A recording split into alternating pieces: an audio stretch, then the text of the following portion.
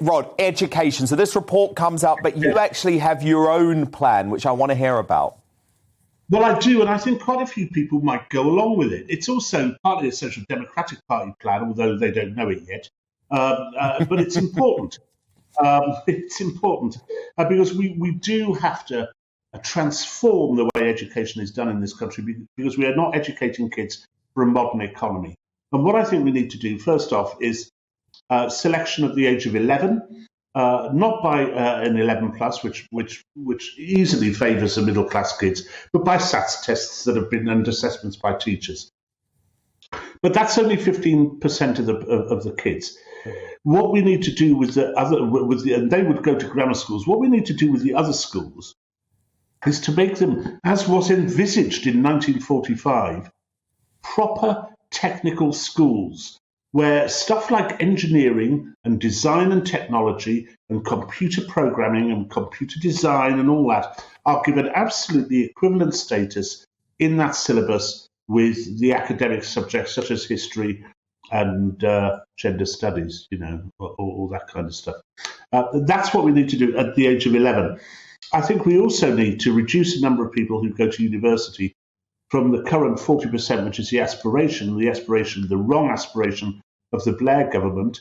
And the best person to tell you that was a wrong aspiration is Tony Blair's own son, Ewan, who thinks it's ludicrous. We need that down to about 15%. And at the same time, to make university entrance free, all tuition paid for by the government, which we could do if it was 15%.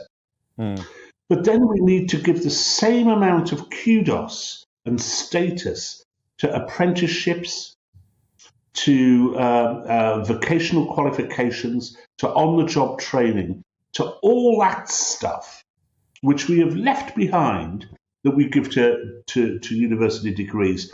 Because at the moment we have more than 100,000 jobs in engineering which we simply cannot fill, because instead we're channeling people into universities to do degrees at a cost of 30,000 quid, which rests upon their shoulders for the next 30 years, and which will give them no hope whatsoever of getting a job when they come out.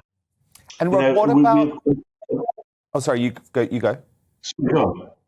I was just going to say, what about all of the, I would call it, I don't know how you would describe it, but the woke ideology that's being taught in schools? Do you think that needs to be tackled?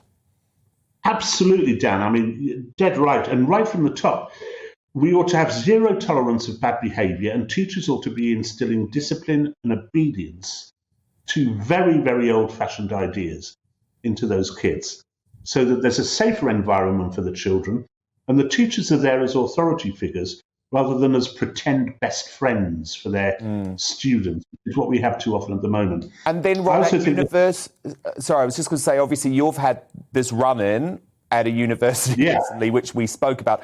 How would you protect freedom of thought at universities in your plan?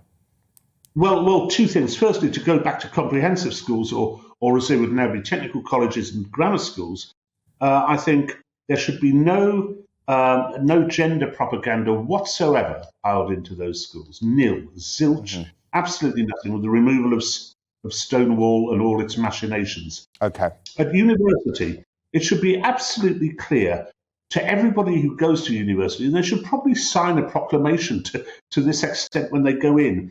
You have to be prepared to entertain views which differ from your own. It may not have occurred to you, but your own views may be asinine and stupid, and they must be counteracted.